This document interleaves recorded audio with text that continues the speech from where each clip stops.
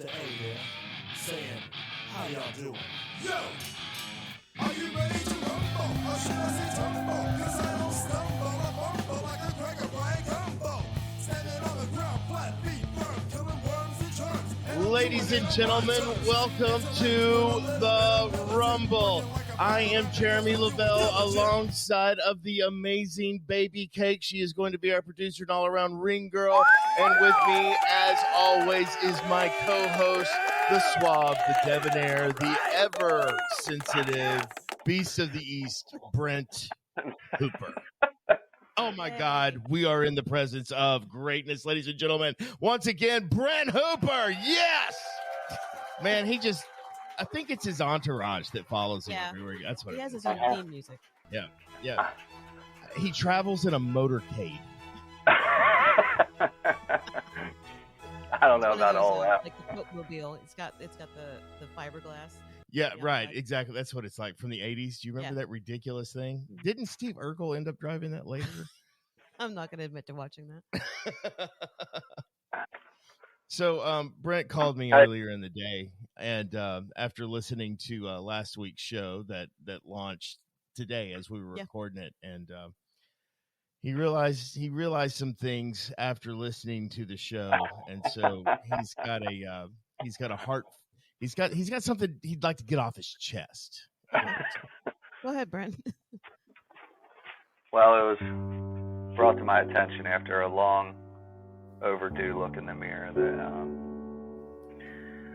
my vernacular and the employment of choice language may not be favorable to the audience, but perhaps more importantly, it's not endeared by Baby Cakes because she has to fucking edit it. So, a much-needed apology to Donna and to any of those folks that are listening for educational and academic purposes and entertainment purposes.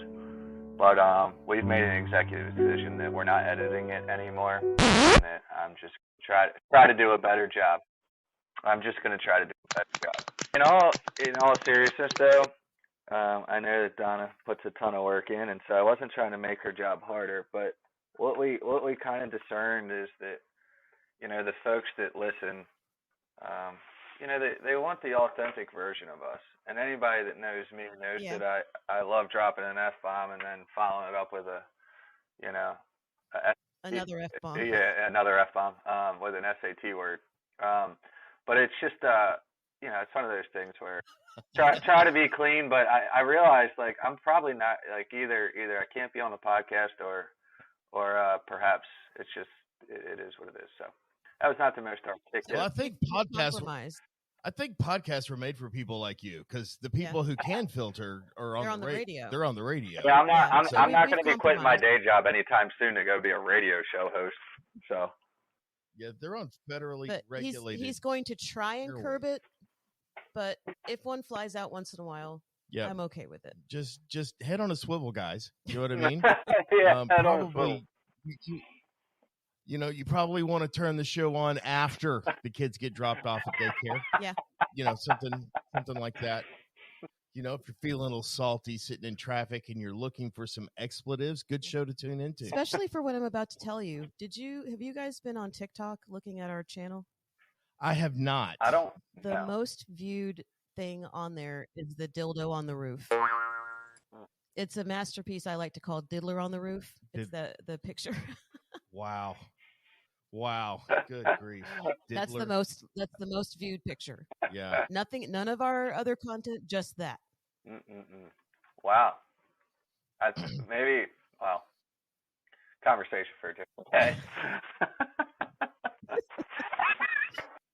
We'll talk about that when we go live. Guys, welcome to the Rumble. There's a nice little edit point. Guys, welcome to the Rumble. We're going to be digging into some different policy terms, as we often do. We'll probably get into some different case studies, but remember this, it is coming in 3 different rounds today, and our first round is called Concurrent Causation. Ooh. Fun. Concurrent causation. I'm going to, for the benefit of the all, going to go ahead and read the definition. Concurrent causation is a legal doctrine relevant to property insurance. The doctrine may apply when property has been damaged by two or more causes, some of which are excluded. When the doctrine is applicable, the insurer must pay the entire loss if at least one of the causes is covered by the policy. Isn't that interesting that that is the legal doctrine? Yeah.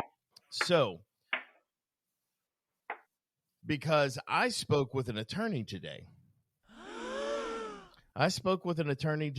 And that attorney filled me in on something. And basically, that last little part of it where it says the insurer must pay the entire loss if at least one of the causes is covered by the policy. And basically what he told me was just the opposite, is they don't have to pay any of the loss if one of the losses isn't covered by the policy. But wouldn't that be the case if there was a anti-concurrent causation clause? Wouldn't that apply if the anti-concurrent causation clause was present in the policy? So we've got the definition of concurrent causation, but don't we generally get snagged up when that anti gets thrown in front of it and then it shows up in the policy like a naked guy at a family party? Oh, gross. Oh, yeah. That's where the anti, that's where it flips on the backside where they don't have to cover. Right. They don't have to cover it. So that's where the anti comes in. You're right, Brent. My apologies. There you go. That's exactly right. Good catch. So your initial example of a hurricane and a flood, that is an example of concurrent causation, right? Yes. Flood's not covered unless, of course, you've got flood insurance. The hurricane damage would be covered insofar as that naked guy isn't at the party, being the anti-concurrent causation clause. You know, why I got to make this stuff that's a mouthful. I like big words with a lot of syllables, but that's just obnoxious. It's borderline alliteration. Anti-concurrent causation. Anyway, I digress. So, did we get that right? Yes, I believe so. Yeah. So, and the thing is that usually, so if you watch my video on YouTube for Commercial Claims Advocate, I actually talked about endorsements. And usually when you have an anti-current causation clause, it often comes in the form of an endorsement. Now, these are endorsements that carriers will slap on policies basically to reduce their risk to an almost certain peril is kind of what I would say. Like an almost certain peril. What I mean by that is if you live in Texas at some point in time, you're probably going to get caught in a hailstorm. That's just the reality of it. If you live in the Northeast, you're most certainly probably going to be affected at some point in time by like an ice dam or like a big freeze or a blizzard or something like that causes ice dams. And like concurrent causation in this would be you have the peril of snow, weight of snow, you've got all kinds of things going on. You freed the peril of freeze. There's all of these open perils that are going on sort of concurrently all at the same time, right? And so you get an ice dam, the water backs up, it gets in the house, and then maybe you see it, maybe you don't, because it's not like a dripping or you hear water running. It's unlike any other leaks that you might run into because it's so insidious and it can happen slowly and over time. And then you run into all kinds of things that the policy can end up excluding, not the least of which would be mold if it goes undiscovered. Right? Hey, Jeremy, I don't want to detract from what you're saying, but I kind of want to take a step back because, again, you've got this concurrent causation thing, and it's interesting because where I see this show up, and maybe you were getting there and I just cut you off, but like where I see this show up is when the claim is being filed, right? The whole control the narrative thing.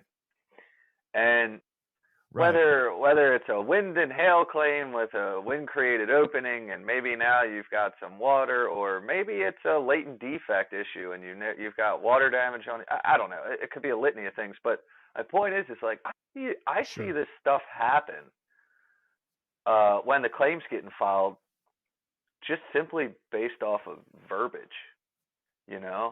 When think about this for a second, and I'm gonna digress, and I'm about to go down a road that isn't related to concurrent causation per se, but it's like, how many times do you talk to a policyholder and a pipe broke in their house and their basement is saturated like a dish sponge, and they say my basement flooded, and then they call in, and that's how they filed their claim, and that becomes the cause of loss of record. And by the time we get called 3-4 months into the claim, it's like, and just because of that little thing that almost it teeters on semantics, but it starts there. That's sort of the ideology of it. They call it in for flood. They go through this and that.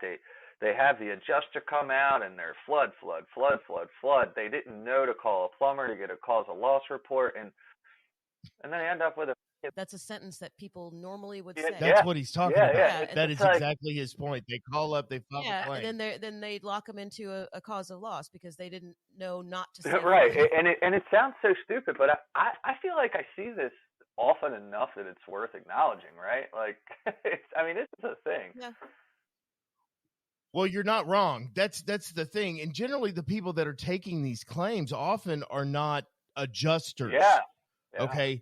And so when that happens, let's be clear, these people is that they are speaking directly to causation, which is a right reserved to an adjuster or an engineer. In most states, at least in Texas, as it pertains to causation, there's only certain people that can actually speak to it. One is an adjuster. And so when they use the word flood, for them to say, okay, I'm going to apply that causation to this loss and let them know that that's not covered, they're adjusting that claim. That claim, though it not be registered yet, is still a verbal claim that is in the process of being carried out under the duties after a loss. They're in the process of it. So there is a claim that exists, at least in, I don't know what a lawyer would call that. It's not official, but it in fact is in the policy is in function at that moment. Yeah. And for them to deny it, I see that happen a lot. And I don't want to overtalk. Yeah, no, that, I'm sorry. I didn't mean to right. take it down a rabbit hole, but it showed up for me. And so back to concurrent causation. My bad. I completely derailed you. No, man. But all of that goes together is because often we have events that comes with concurrent causation. That's just the reality. How many times, Brent, have you been looking at a loss and it gets filed under wind and you turn in hail damage and they go, well, this is a wind claim.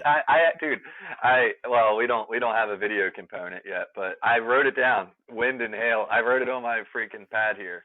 It happens all the time, and right, and you can't, and you just, what do you do with that? You know what I'm saying? Well, so go ahead.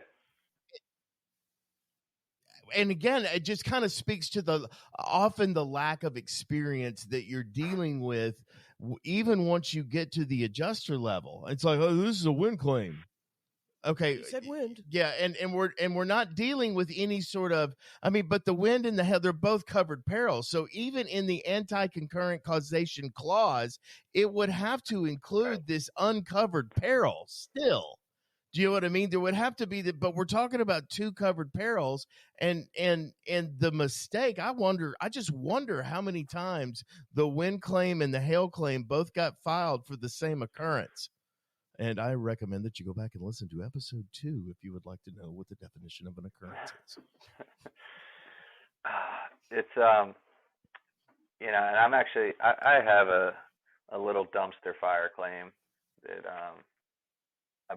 Yay! I love dumpster fire claims. I've been tinkering around with, and that's actually a point of contention in the claim, and part of what we're trying to do to prove the loss as the public adjuster on that one is just reset the narrative. Yes, I know it was filed for wind. Yes, I get all that, but there's also hail damage, and it's like you got to reset the whole thing. Both of these things happened at the same time, you know. Well, the homeowner didn't claim that. And yeah, they act like it Right. didn't You happen. know, the homeowner didn't claim that, Right. or, you know, what? It's like, look, it doesn't matter. They're claiming it now. You know what I mean? It's like, here's a proof of loss. They're claiming it now. Well, yeah.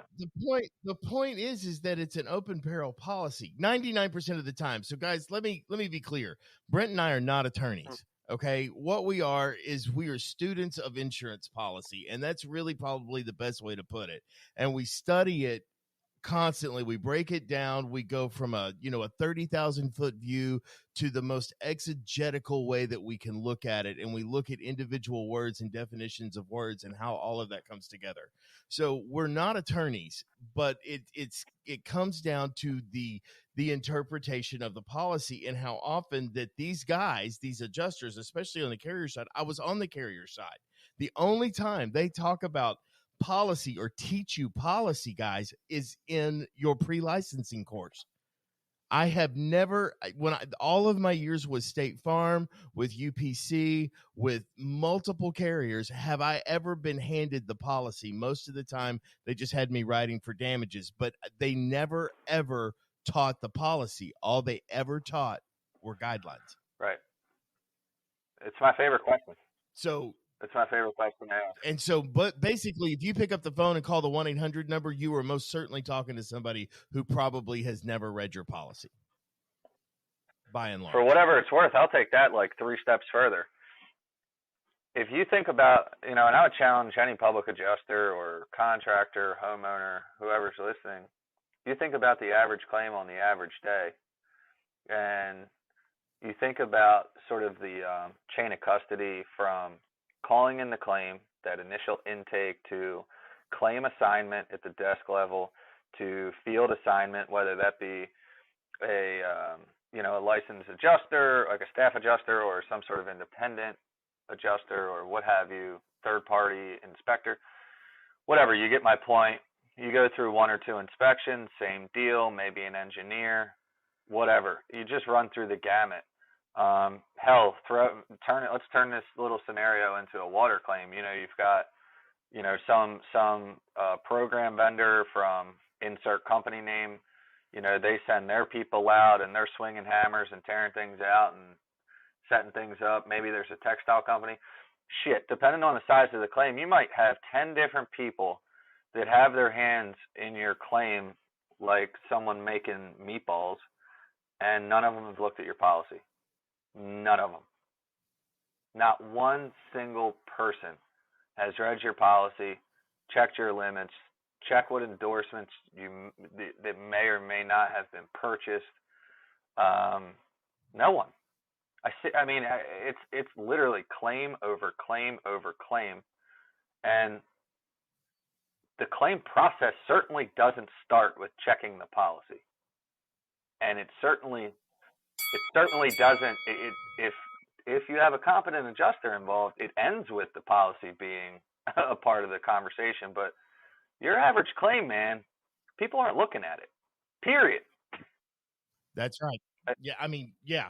And so, and I don't know how you adjust a claim without looking at the policy. I really don't. Because I'm actually asked to do it you just cannot really and truly know everything that you're doing until you look at it. And they're so different. There are a lot about them that are similar. And I'm talking, there's probably 90 words worth of differences between policy to policy, but those 90 words can change everything about how a claim gets settled. Can I get the last word in here? Are you cool with that? Take me about 30 seconds. Yeah, you got 20 cool. seconds. And policyholders, contractors, vendors, people in the claim world, they look at us sideways when they call with their issue, and we're like, hey, look, everything I'm saying is chalked up to conjecture until I'm able to look at the policy and see what's going on. And they kind of look at you sideways like, well, what do you mean? Especially homeowners. Well, contractor X told, I've had 4 contractors come out here and tell me that this, I'm owed 60, whatever. And it's just like, well, I can't, Right. I can't confirm that. I don't know. It's like I haven't looked at the policy. Because... Neither has anyone else. So anyway, right. And that is round one. Awesome, guys. That was good. We've got to come back and unpack that a little bit more at some point in time, and I'm sure it will rear its head. Well, You'll be talking about that on Law and Policy. Yeah, I'm gonna have Scott on here pretty soon, and we'll unpack that with him. I think that some of these the last couple episodes where we're going through some of this like policy jargon and things like that, it would probably be really helpful for us to do case studies on that stuff. Yeah, and you and we've got a couple. Yeah. Actually, the reality is that Brent and I have a couple of case studies, and one's ongoing right now. I'll be very curious to see how it works out. It wouldn't take much effort for us to just put together a couple case studies to kind of contextualize, certain situations where this stuff applies. So. Sure. So, Brent.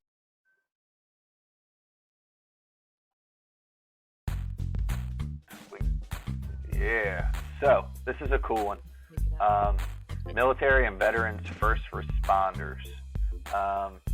These men and women volunteered to serve and sacrifice in ways others did not, and to degrees that most could not imagine. Many of them have trouble transitioning to civilian work and life, but they can thrive in a meaningful and rewarding careers. Veterans Claim Victory is a 501c3 nonprofit helping veterans and first responders transition to civilian work in the insurance claim industry. We can reach many of these heroes and assist in education, training, job placement, and support regardless of the insurance claim career they choose. For more information, visit veteransclaimvictory.org. This is a super cool one. Yeah, they are. God bless the military. They are. Some of my favorite people on the planet. And just wanted to give those guys a shout out and let them know that we are absolutely on their side. Absolutely on their side. And the guy that runs that, he is a full-time, working claims, just like you and I are, Brent, public adjuster. Awesome. And he's running this charity Who as heads well. that up? It's pretty amazing, and he even helps. He gets them placed into independent adjuster jobs. He gets them into agents' offices and stuff like that. He gets them licensed. They pay for all the training and all of the licensing stuff. Very good. All that kind of stuff. Cool. And I know that they're doing some good work, and there are some success stories out there. I don't know. I know there's some that they've placed that are doing really, really well. Yeah, that's excellent. We'll have to call Mark and see if he can hook us up with some success stories. We'd love to talk about those. Have those guys on. Yes. Come on. Let's get those guys on here and get them to talking about it. Yeah. So.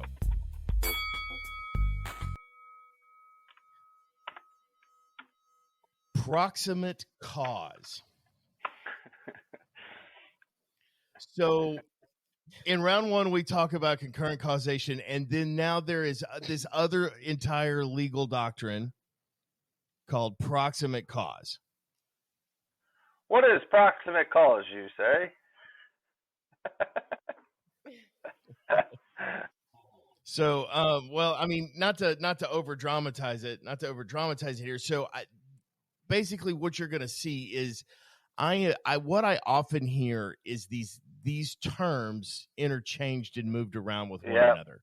And so proximate cause, I wish I knew the Latin ad hoc, lorem ipsum, ad hoc, whatever it would be. But basically, Brent kind of... Proximate prey, osque. That is the Pig Latin version. That's the Pig Latin, not exactly what I was talking about. That was the one there. that was important. But I wish I could sound really smart and know what the Latin term is here, but I don't. But it basically means... Brent, how did you put it when we were on the phone earlier? If not for this, then that. If not but for the loss, then one thing, then this thing would have never happened. Right. So, you can now proximate cause can be a whole lot of different things. So, if not for the tree falling on the side of the house, creating an opening and water getting in, mold would have never occurred. Okay. And so, what we've got is we've got all of these different these things that happen sort of in this chain of events, right? And it doesn't always have to be, and what I think about proximate cause is there doesn't have to be necessarily a direct link of peril. Do you know what I mean? Let me give you an example. And I will tell you, this example that I use every time I talk about this is an example that I learned in my pre-licensing class for my my independent adjuster's license. So I learned this way back, and so I want to give credit to Mr. Walter Chumley is the one that explained it to me like this. A tree falls, it hits the house shakes, and there is an open jar of, or an open bottle of fingernail polish remover that spills over and damages the finish on the coffee table. If not for the tree hitting, that fingernail polish remover would have never fallen over. So that's how you piece that together. So there's no peril that the fingernail polish remover encountered, none that we would think of. It did not encounter wind. It did not encounter, what did it encounter? It encountered vibration. That's simply all that happened. And that is something that caused damage to it. So there was no negligence attached to it, other than maybe it shouldn't have been left open. Other than that, that's about it. And so that's how I explain proximate cause. The example that I use to explain proximate cause is, I love using roof claims because for some reason, not that I think they're easy, because I don't. I think they're some of the hardest claims on the freaking planet, but neither here nor there. Let me interject this real quick. Guys, if you're trying to learn how to work claims, if you're new and you want to honestly want to learn how to work claims and all the different nuances of it, start with roof claims. One, you'll get your teeth kicked in, and if you can win a roof claim, you can win anything. That's the number one thing that I would tell you. And then the number two thing is that it is such a given, it's such a machine on both our side and their side as the process and how it goes. It's almost rote when you go through it. So it is a great learning tool. Go work a couple of roof claims. I highly recommend it. Agree. So the way, I totally agree with you, dude. It's a great way to get your reps in. Proximate cause. So you got your 32 shingle repair. Okay. Wind, hail, doesn't matter. And let's just say it's a fairly old roof and the shingles are really brittle.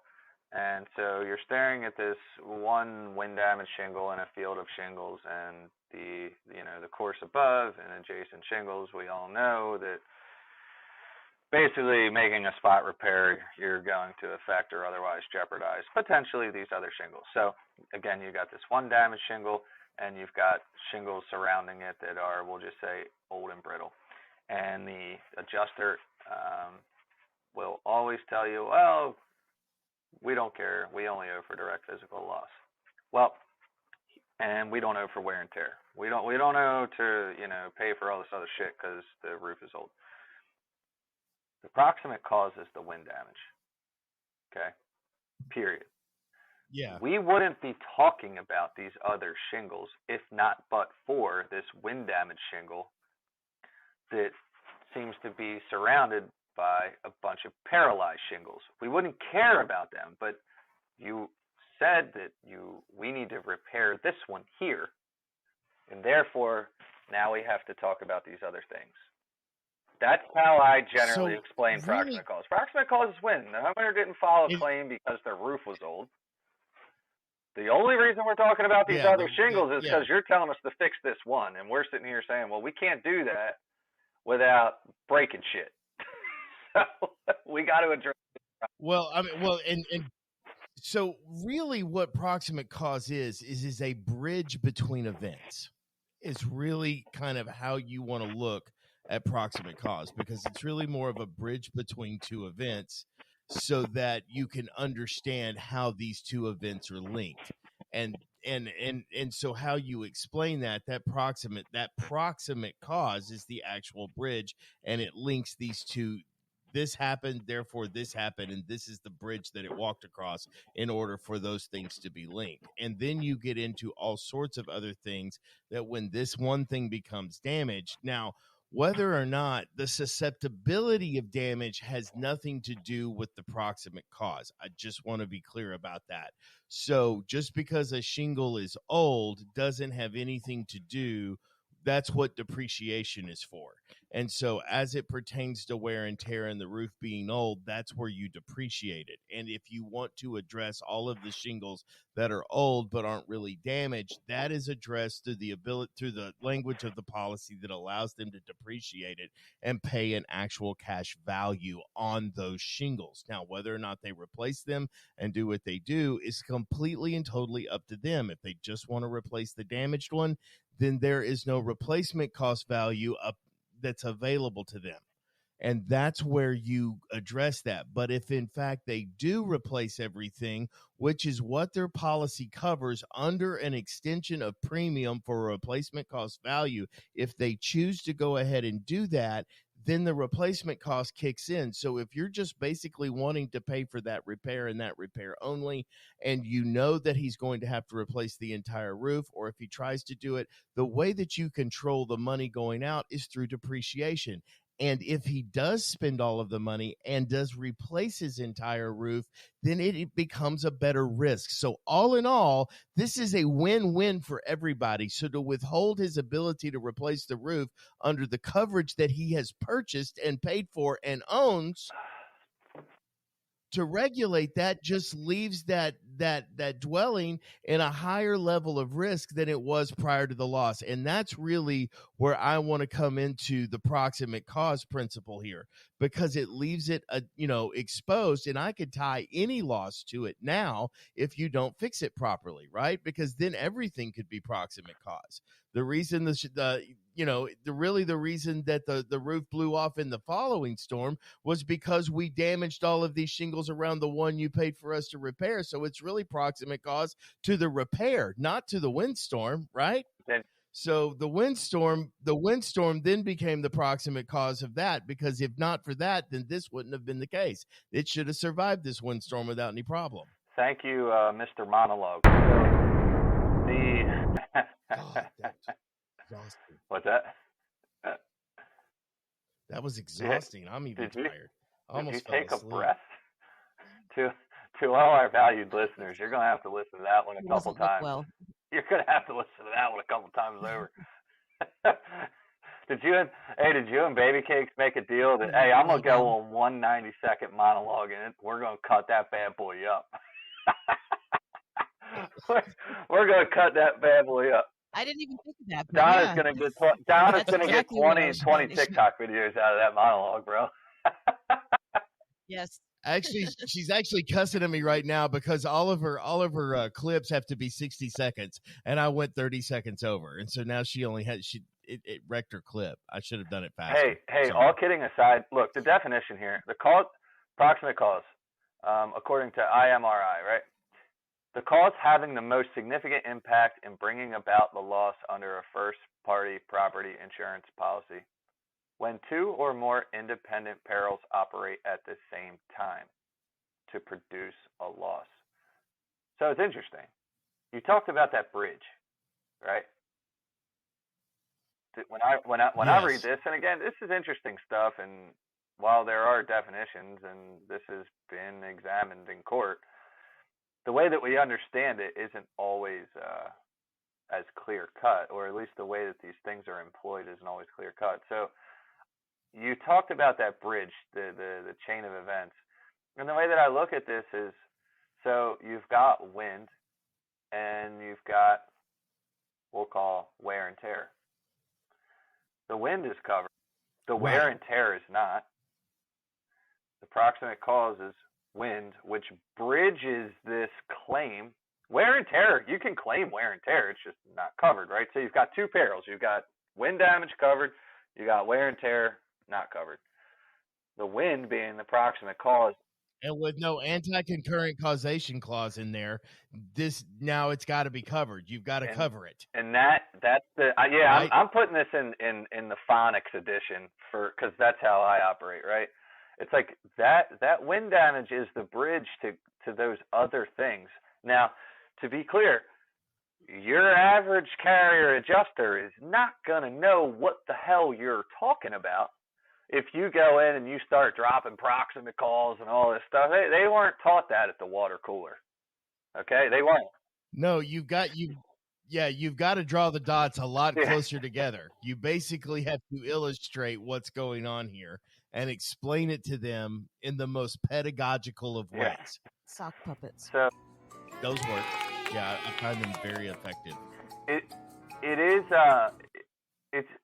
it's interesting. Now, have you found yourself utilizing like or rather being in a situation where maybe the carriage was before the horses or something like that, and like lately where this is an issue and you found yourself having to explain the chain of events? I mean, I feel like that happens every now and again, especially on like water, claims. Yeah, I mean, because right. Because like sometimes you have to get into that. And in fact, I have counseled a couple of potential clients just recently on it. As it pertains to the chain of events and how those timelines come into play. You know what I mean? Like I had a guy who had his refrigerator leak, and the Liberty Mutual guy came out and said, yeah, it looks like it's been leaking for about 2 weeks, so it's not covered. The minimum number of weeks required to have weeks.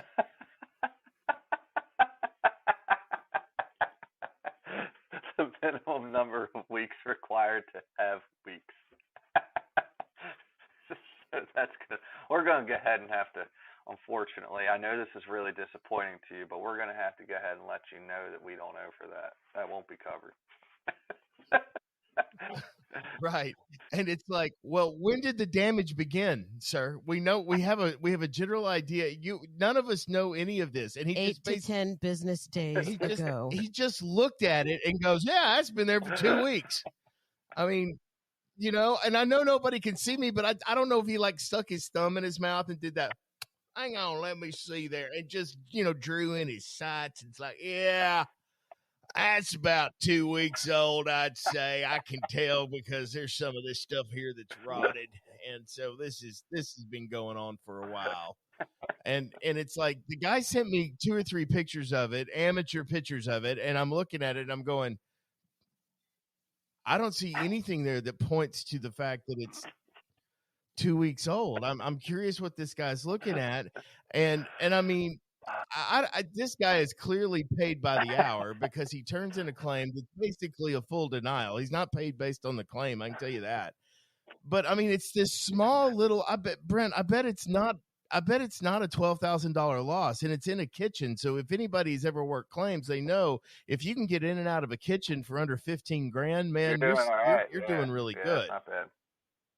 I mean, there's no significant cabinet damage. There is a non-continuous running of wood floor that's damaged, and that's basically it. Some baseboards and some paint are obviously going to get involved, but I mean, it's not that big of a loss. Typically, I would just coach this person. I wouldn't even take it on as a claim because paying my fee hurts the claim, and I just don't want to do that. So I would rather just coach them through it, remind them that they have every bit as much power as I do. Yeah. Every bit as much authority. You are a member of that contract, and and you have the right to talk about it. You know what I mean? You couldn't negotiate it, but now if there's any ambiguity, this is where the negotiations begin, and this is where we'll get fierce. So the proximate cause their thing, and most of the time you're right, is without an anti-concurrent causation thing, the proximate cause, any kind of wear and tear, that is going to be obsolete, and I'm going to tell you that, and that is how proximate cause works. Did you want to button that up during a little bit of corner time here? So I thought that was pretty good. I always feel like these segments are too short, because right there at the end, I was thinking of other words like sudden accidental physical loss and shit like consequential damages. You know what I'm saying? And it's like a lot of these, write all of it down. It's like you can't have. Well, have I got good news for you? Because I'm going to tack on to this next round, which is ensuing loss. We're going to go ahead and talk about consequential damages. We're going to get into all of those kinds of things in the very next round.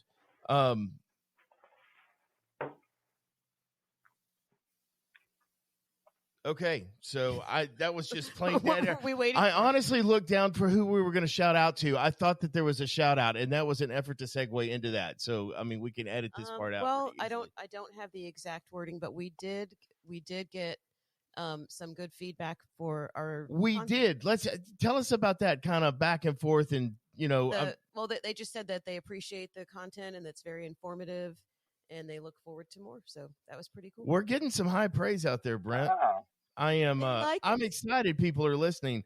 And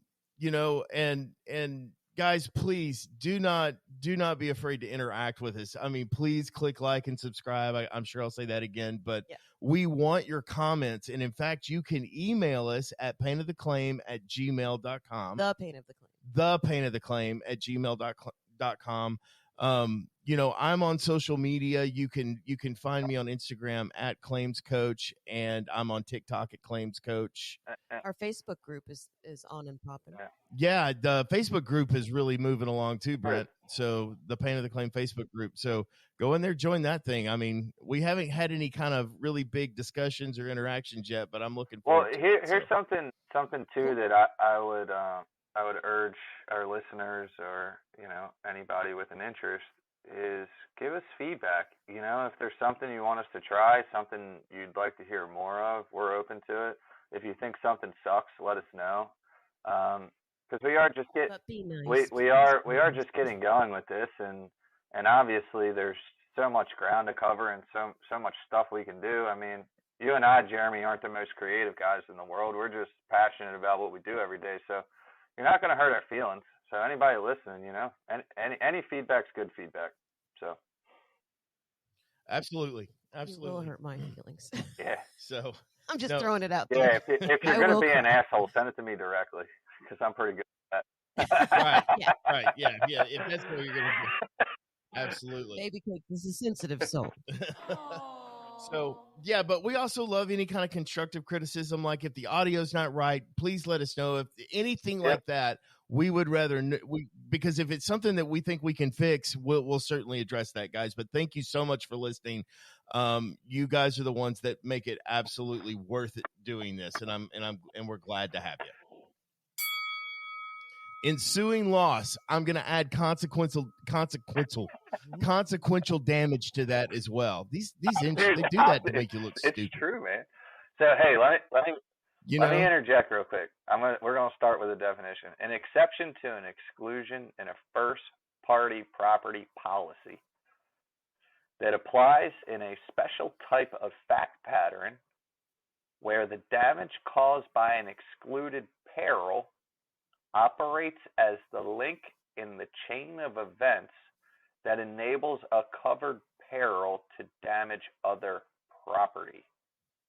How's that for a definition? Man, Is that all one sentence? read that one more time, just so that we're clear on it, because I caught it. It's quite a bit. And by the way, this is from IRMI as well. So, ensuing loss clause. An exception to an exclusion in a first-party property policy that applies in a special type of fact pattern where the damage caused by an excluded peril operates as a link in the chain of events that enables a covered peril to damage other property.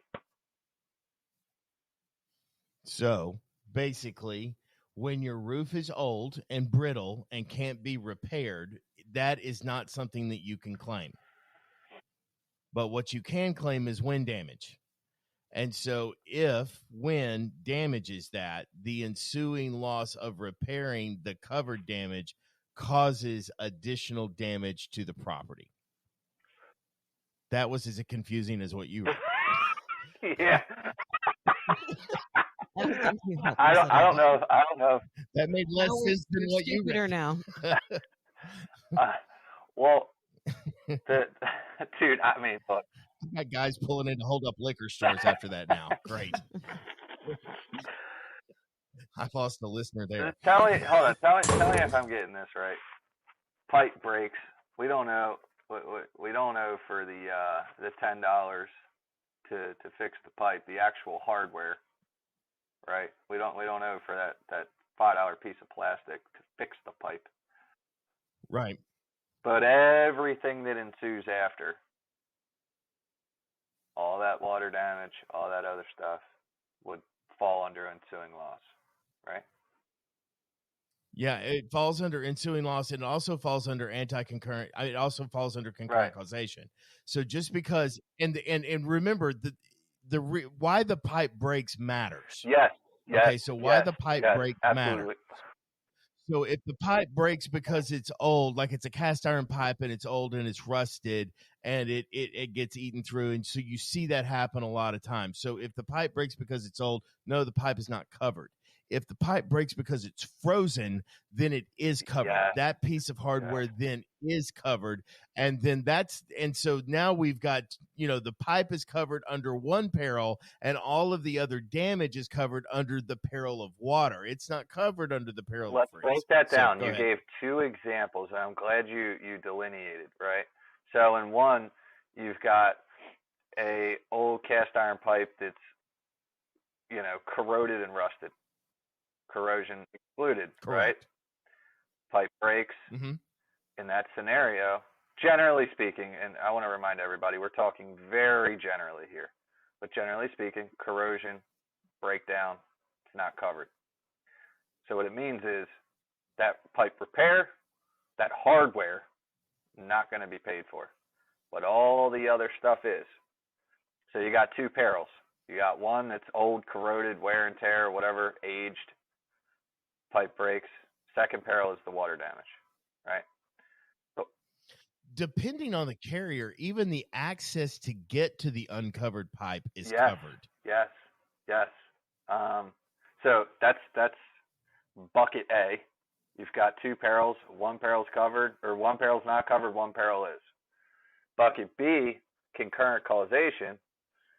You've got a pipe that freezes, and then the pipe explodes, and therefore you have all this water damage. Freeze covered, water damage covered. In that instance, the cost to repair said pipe or pipes would be paid for. So again, there's an important distinction there as it relates to ensuing loss. There's ensuing loss in both scenarios, but in scenario one, the pipe isn't going to be paid to be fixed. In scenario two, the pipe would be paid for to be. So I want to go back to the cast iron pipe so that we're very clear about what's going on. So now understand, if the said cast iron pipe rusts and breaks, that broken pipe has then has to have ensuing loss in order for it to be paid to access it. So let me give you an example, okay?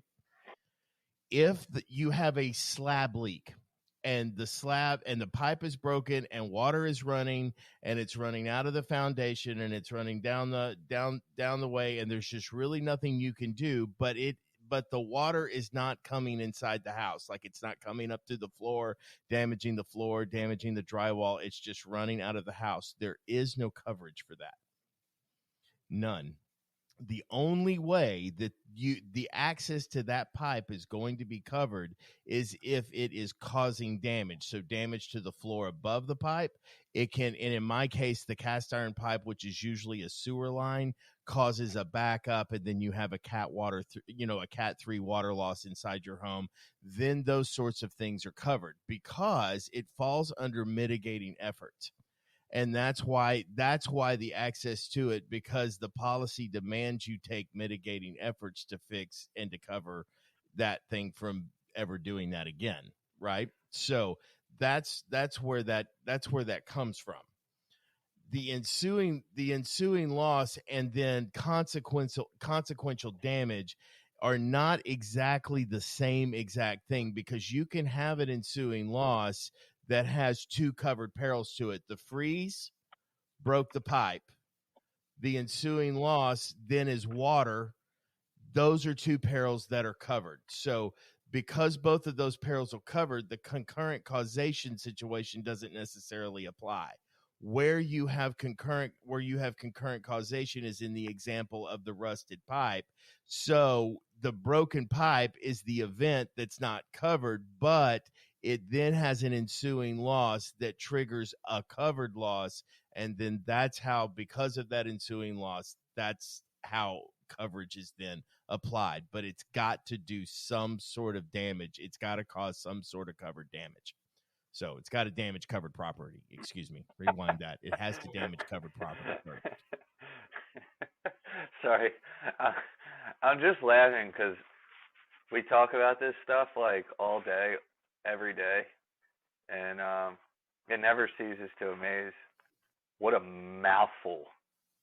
You know, you're trying to convey this stuff in a way that's digestible, and it's like, holy shit. Like, I know what you're trying to say. Well, I know what you.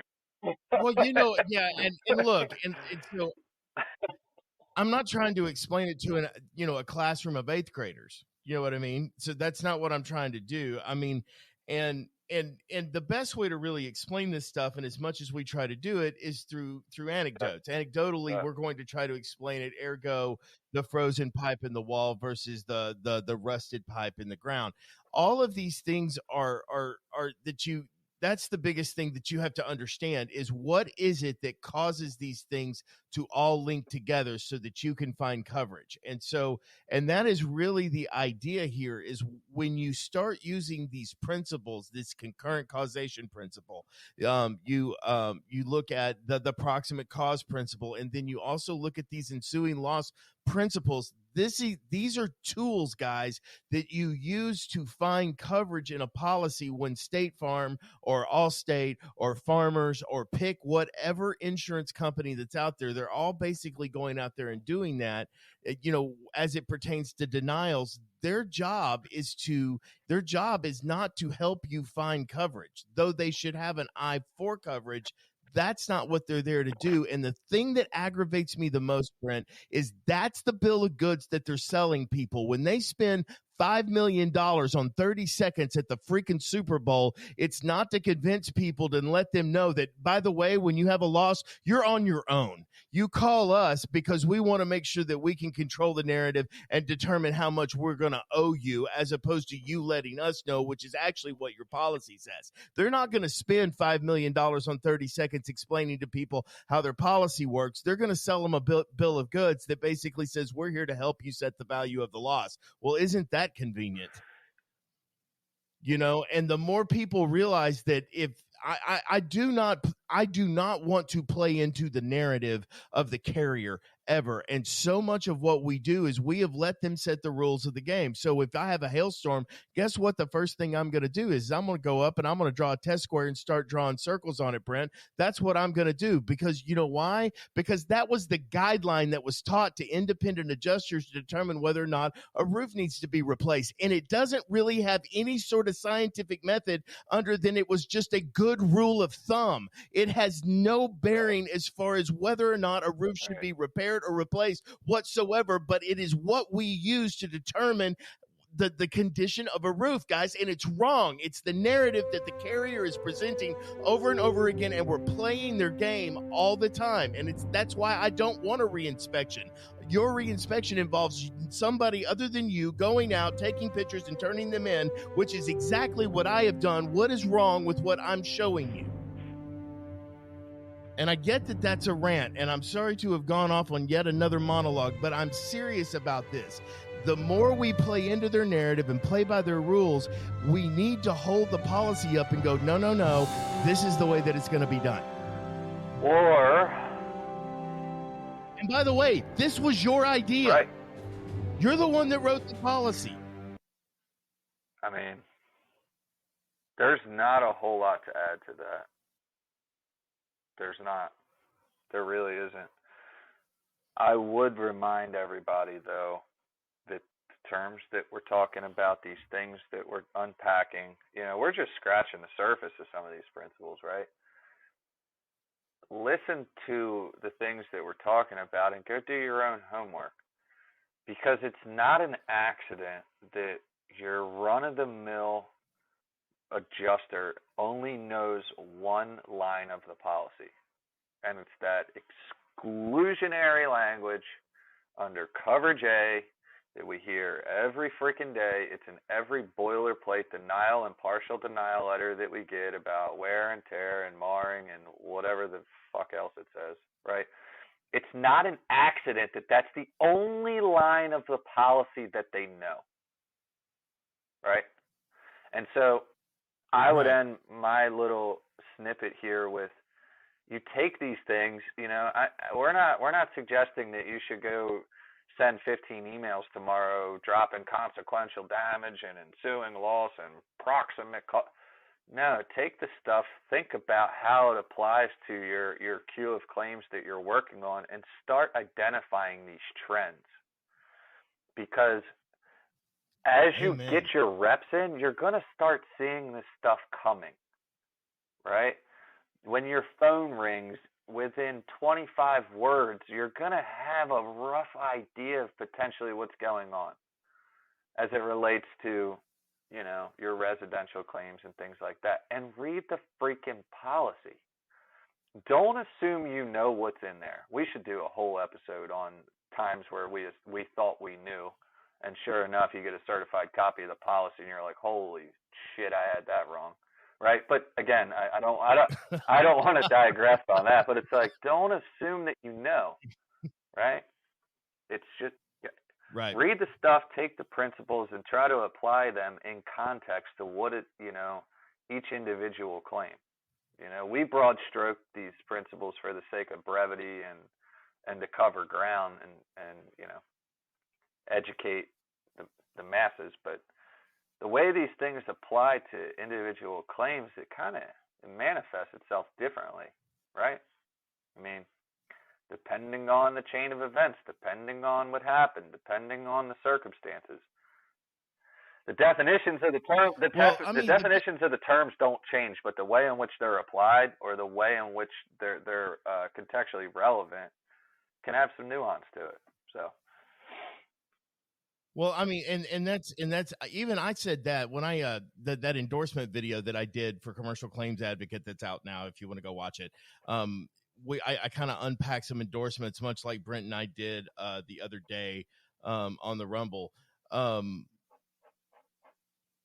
get in, and one of the things that I'm talking about is how often that those endorsements are the way that they're triggered ends up actually limiting coverage, and these people have paid premium for it, and it should never, ever, ever limit the amount of coverage that they have under coverage A. You know what I'm saying?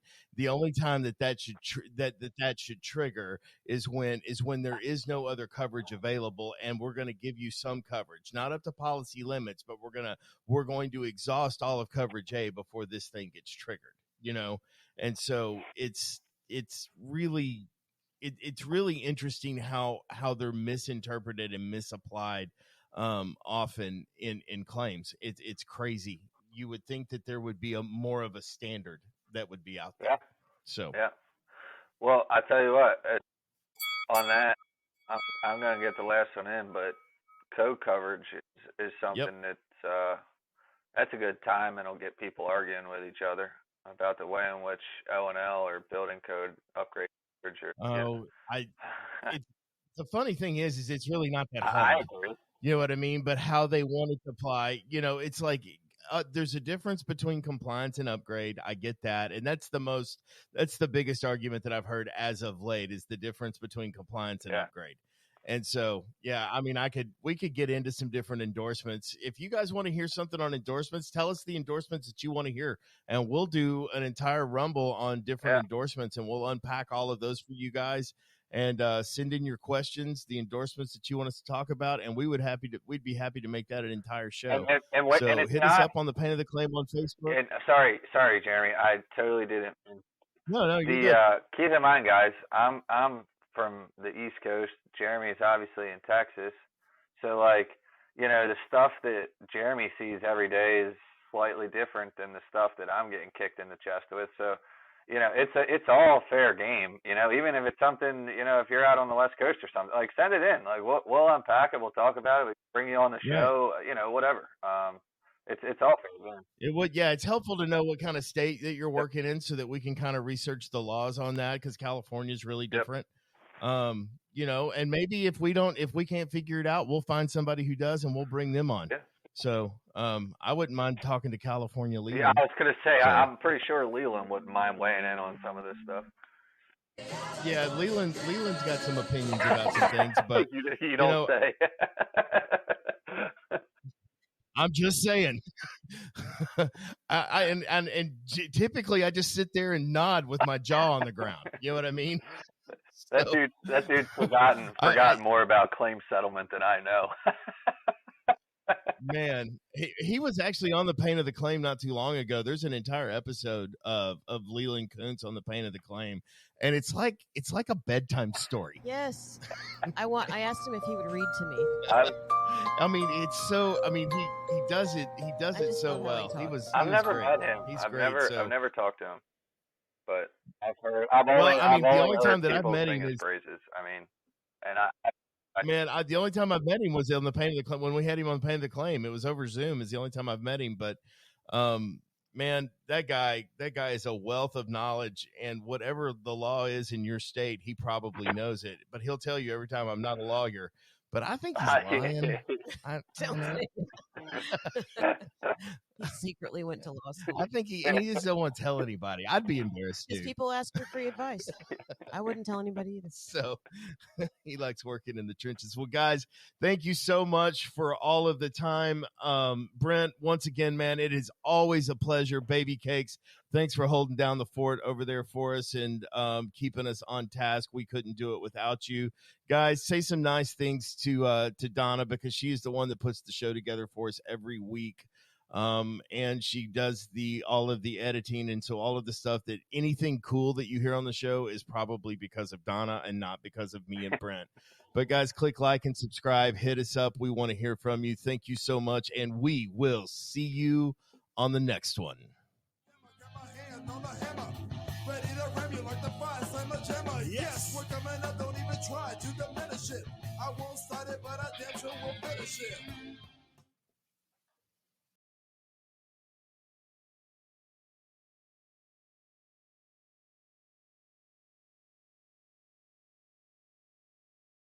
You're still here? It's over. Go home.